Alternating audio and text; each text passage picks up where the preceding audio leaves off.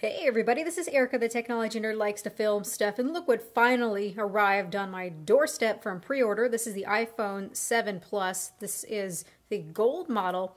I know everybody is opening up their blacks, just the regular old black. So I figured that I would get something a little bit different. Meanwhile, my jet black iPhone 7 Pluses should be in the mail soon. I just got notice from Apple's website that it's preparing for shipment. So I will open that one as well, and I will do the review on that unit. So let's go ahead and take this off. Very subdued, simple packaging. We have a direct comparison here because these are both the same color. I just adjusted the exposure a little bit. So you can see that we've got the documentation that's on the top. I find that a bit surprising. They don't have the iPhone in all its glory peeking up first. And we've got this little tab. There's the phone here. You've got your brick, you've got your earbuds. Right here you've got your data sync cable, charging cable, lightning adapter, and also the lightning earbuds as well. Let's just go ahead and remove this. Ooh, I can hear that static cling feeling. And they always stick to me, always, always. Shoo! Ooh, so there you have the phone. That looks really quite nice. I thought that I wouldn't really like the appearance of this dual camera here, but it's not too bad actually. And I am really liking that the antenna bands are now up here at the top instead of being really disruptive. So here you have side-by-side look at the old gold, which is kind of smudgy, iPhone 6s Plus, and the iPhone 7. To my eyes, they seem to be about the same color. Yeah, I would say that these are the same color, looking very, very similar here. Maybe the font down here where it says iPhone is a little bit thicker.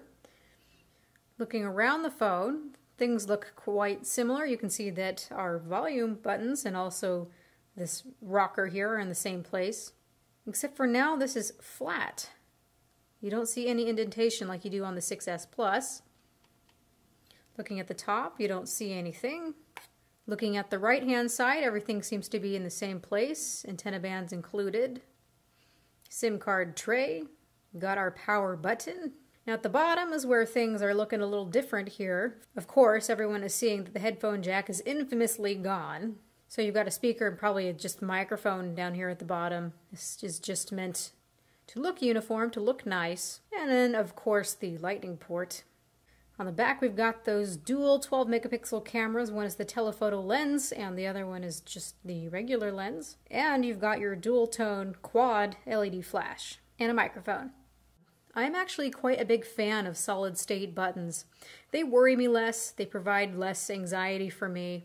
I've really been liking the trackpad so far on my little MacBook.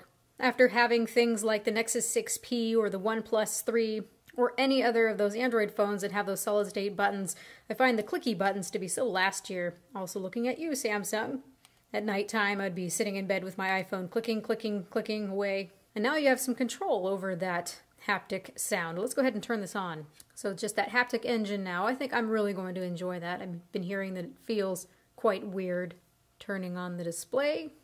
I'm hearing that the display is actually quite a bit warmer than what we have on the iPhone 6s Plus. So we'll see just how much warmer this looks. We'll be measuring the display. I'll be talking all about the wide gamut display and the calibration and what that means and what ends up looking wide gamut and what ends up looking just regular sRGB. I will explain all that in my full review, so you guys please stay tuned for that. People have been mistakenly saying that having a wide gamut display means that the colors are more accurate because there's simply more colors to see. But what is understated and what needs to be said is that in order for a wide gamut display to look accurate, you need to have content that's meant for it. If you have content that's meant for a display like this that has sRGB as that color gamut and you put it on this display, all it does is stretch it out and oversaturate the colors so nothing looks right. It's got to be meant for a wide gamut display, encoded for a wide gamut display. And what's really nice here is that Apple is using color management, so we'll see how that works exactly. But if it takes an image that's meant for sRGB, it's going to map it properly. And what it means when it's mapped properly is it's just going to look like the regular iPhone. You shouldn't be able to tell the difference. So already I can feel that nice Taptic engine. Let's go ahead and set up Wi-Fi. Alright, so I put in the Wi-Fi password, got it set up a little bit, and I can see already that this is a bit cooler, quite a bit cooler than the whites that we have on the iPhone 7. Again, I'm going to take some time to look at that, measure it, tell you really what this all is quantified to. Now as for that cookie button down here, it doesn't quite feel like a button. It's similar to what I've been hearing. It kind of feels like the whole bottom part is actually clicking or vibrating. But again, I prefer these types of buttons. Let's see about the strength of this. To me, the 1 feels most pleasant. Like it's just barely there. Maybe it's more convincing of it being a real button click. 2 is something stronger. I can feel it in my hand. And 3, yeah, I can really feel that. I think I'm going to keep it at a 1. That's my preference. Yeah, that feels more just like a regular button to me. I decided to fire up a movie and see how those speakers sound, because now we've got stereo speakers, or at least one's a speaker here, and this is a front-firing speaker. And honestly, it feels a little bit wonky and off balance at first, because I can tell the sound's coming from here and then out the bottom. But if you're cupping it like this, and you give it some time, your brain seems to adjust to it. It's definitely a lot louder, which is nice.